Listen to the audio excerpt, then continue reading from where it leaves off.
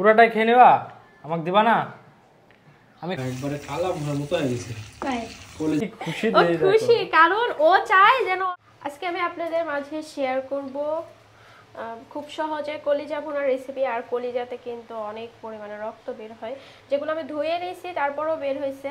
তো এগুলো আবার আমি এক্সট্রা করে মানে ঝরিয়ে নিচ্ছি সহজভাবে। আজকে রান্না হবে।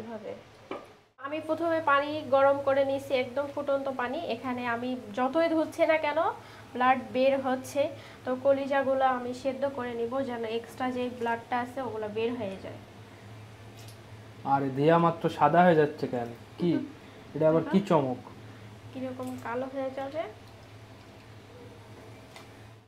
এগুলা এগুলা ব্লাড? হ্যাঁ, কলিজা থেকে এইসব বের হয়। কি এগুলা? অনেকজন আবার এই গরম পানিতে না দিয়ে রান্না করে।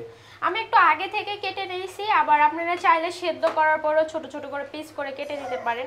আর একটু বড় করে রাখছি, কেউ আবার পছন্দ মতো ছোট পিস করে নেবেন, কেউ ছোট করে কেউ বড় করে। আর আমার ছেলে চলে আসছে, কি খুশি!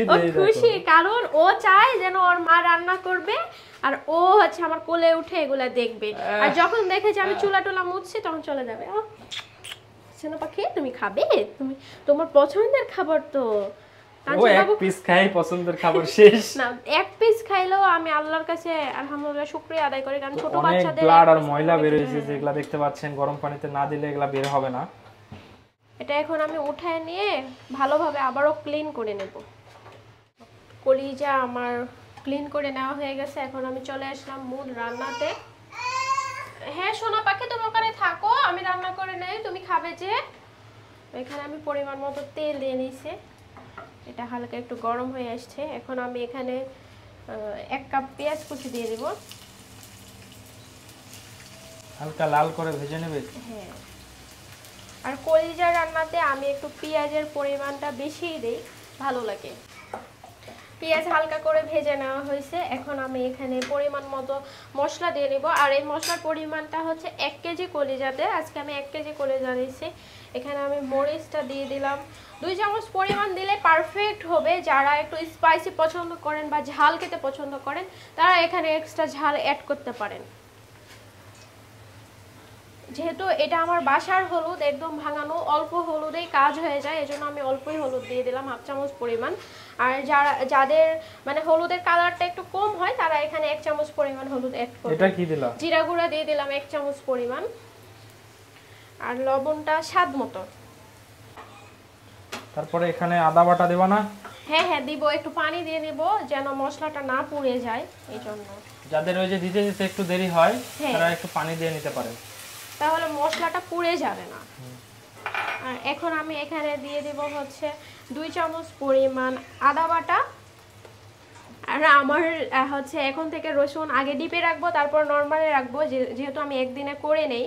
তো এখানে ডিপে রাখার পরে আবার নরমালে রাখলে নাকি তাও আবার এরকম হয় জানি না, হলেই হলো, রসুন তো রসুনই না।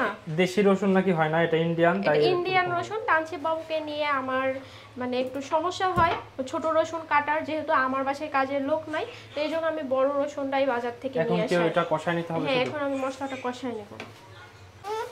আমার এখানে মশলা কষানোটা হয়ে গেছে, যেটা ধুয়ে রাখছিলাম কলিজাগুলো, এখন আমি এগুলো দিয়ে দিব। আর তুমি খাবে, আর তানসিফ হচ্ছে খাওয়ার জন্য পছন্দ, ও এখন কাঁচাই খাবে, কাঁচা খেতে হবে, রান্না করলে তারপরে খাবে। বুঝতে পারছে না যে রান্না হয়নি, ও কাঁচা এটা দেখে মনে করছে এটাই খাইতে হয়। তো এখন হচ্ছে এই মশলার ভিতরে এটা দিয়ে দিবে। তো তানসিফকে নিয়ে হচ্ছে এভাবে একটু সমস্যাই হয়। আর এভাবে আপনারা শেয়ার করে অনেকে বলতে পারেন যে তানসিফ বাবু কান্না করছে তারপরে কেন রান্না করছেন। এখন রান্না না করলে খাবো কি? রান্না করে করার মতো কেউ নাই। তো হচ্ছে ও এখন এটা কষাই নি। এখন আমি মশলার সঙ্গে এটা খুব ভালোভাবে কষিয়ে নেব। পানি দিতে হবে কি? হ্যাঁ, পানি দেব মশলার সঙ্গে। আগে মশলার সঙ্গে মশলা মানে এটা নিজস্ব পানি দিয়ে কষাবে, এই তো মশলা। এই যে আমার মশলা কষানোটা হয়ে গেছে, এখন আমি এখানে এক্সট্রা পানি অ্যাড করে কলিজাগুলো সিদ্ধ করে নেব। এই তো আমি ফাইনালি পানি দিয়ে দিলাম, এখন আমি কলিজা সিদ্ধ বা রান্নার জন্য ঢেকে দিলাম। আমার রান্না প্রায় 90% হয়ে গেছে। তো আমার ছেলের কলিজা খুব পছন্দের একটা খাবার, ও অনেক মজা করে খায়। এই যে আব্বু একটু রিভিউ দাও কেমন হয়েছে, এরকম করো।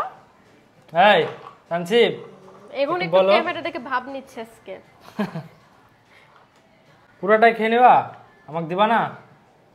আমি খাবো না? দেখি আমি খেয়ে নিই। দেখি কি খাচ্ছো দেখো। খেয়ে নিই। ফাইনালি আমার রান্নাটা কমপ্লিট হয়ে গেছে। একবারে কালা ভুনার মতো হয়ে গেছে।